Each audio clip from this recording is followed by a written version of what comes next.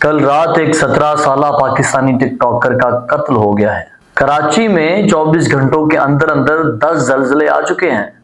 Major गौरव आर्या ने भी मान लिया कि उनके जहाज गिरे हैं। इंडियन यूट्यूबर ने एक बहुत बुरी हरकत की और उसके बाद माफी भी मांग ली है। सलमान फारूकी के केस में कुछ नए पहलू सामने आए हैं। इन तमाम खबरों की डिटेल देंगे, वीडियो पूरी देखिएगा।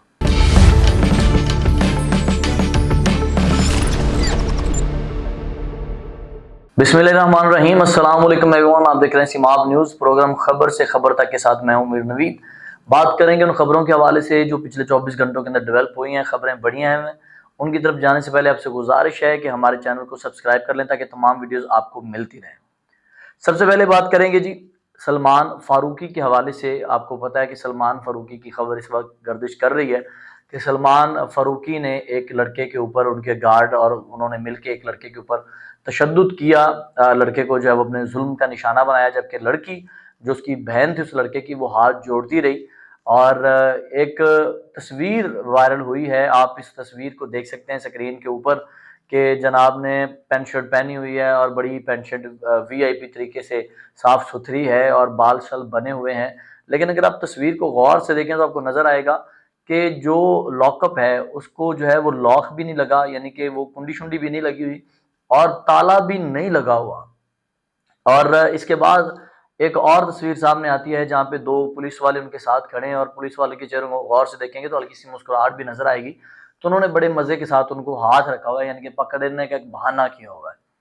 लेकिन इसके साथ साथ एक तीसरी तस्वीर जो है वो सामने आती है जिसमें वो लॉकअप के अंदर है, टाइलों से और दीवारों से, और ये लॉकअप के कलर से लग रहा है कि ये वही लॉकअप है। इसमें जनाब की शर्ट भी बाहर है, जनाब के बाल बिखरे हुए हैं, हाथों में हथकड़ी है। जबकि अरेस्ट जब बंदा हो जाता है, लॉकअप के अंदर होता है, तब उसे हथकड़ी नहीं लगाई जाती, लेकिन यहाँ पे हथकड़ी है। इसके पीछे अगर मैं आपको बैकग्राउंड बताऊं तो ये याद रखिएगा कि ये एक सारा ड्रामा है और कुछ भी नहीं है। जब भी बाअसर कोई आदमी पकड़ा जाता है तो उसके साथ यही ड्रामा किया जाता है, लेकिन बाकी तमाम जुल्म सिर्फ गरीब के साथ किए जाते हैं और ये पाकिस्तान में बड़ी देर से हो रहा है।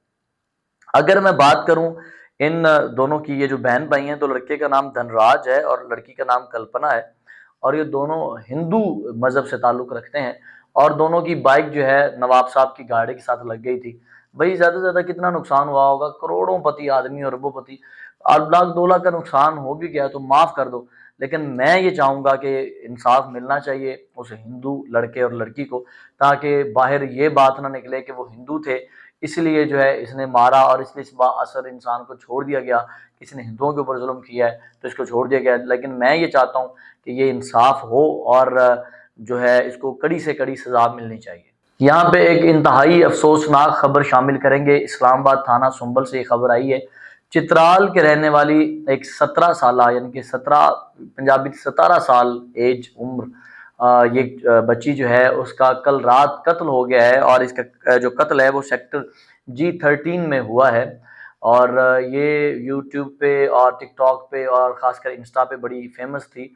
और इस बच्ची का नाम सना यूसुफ बताया जा रहा है। इसका अब एग्जैक्ट एज हमें नहीं मालूम, लेकिन रिपोर्ट के मुताबिक 17 साल इसकी एज है। सना यूसुफ नाम है, चित्राल की रहने वाली है और ये सेक्टर जो G13 है वहाँ पे ये मुकीम थी। और इसके घर पे कल रात को कोई इंसान आया है, कोई शख्स आया है जिसने फिर अंधाधुंध फायरिंग करके इसे मौत के घाट उतार दिया है।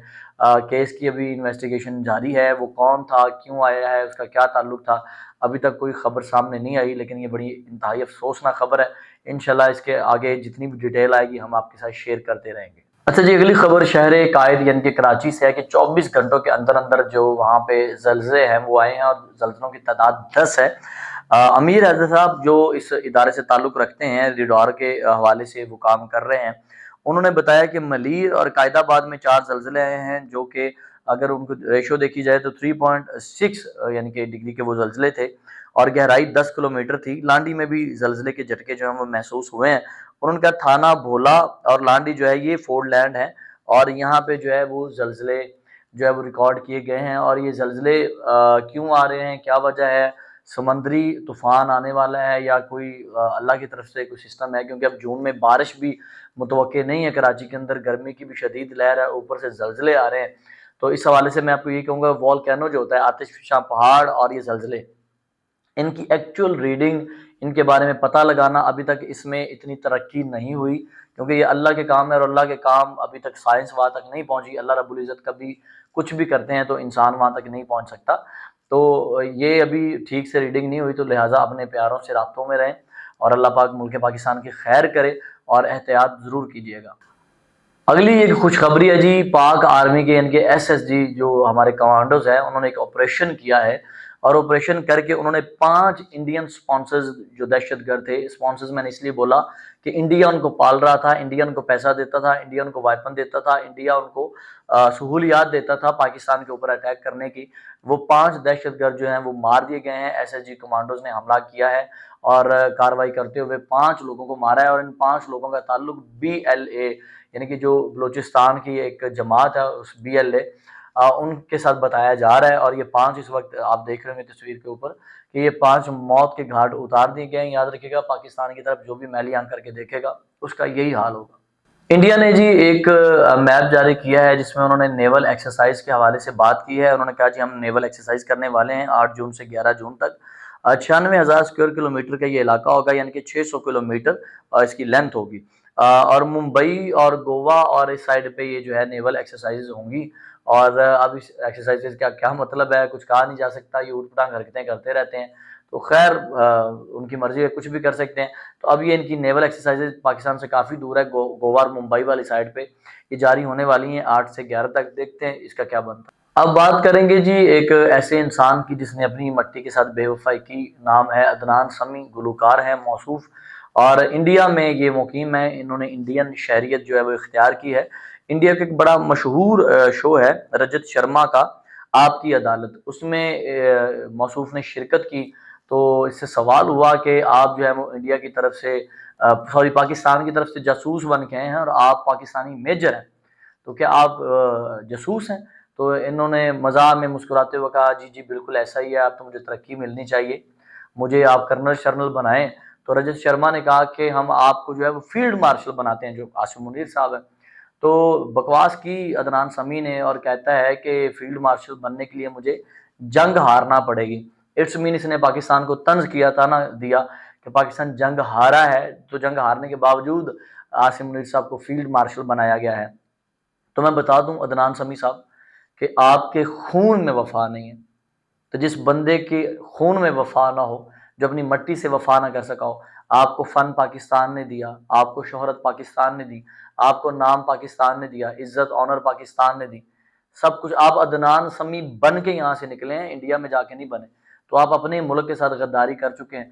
तो जो बंदा जिस थाली में खाए उसी में छेद करे, तो जो कुत्ता अपने मालिकान को भौंकना शुरू हो जाए तो फिर ऐसे कुत्ते को घर से निकाल देना चाहिए। तो मेरा ख्याल है इस मौजू पे बहस बनती भी नहीं है और ऐसे घटिया इंसान के लिए मैं कुछ और कहूँगा भी नहीं।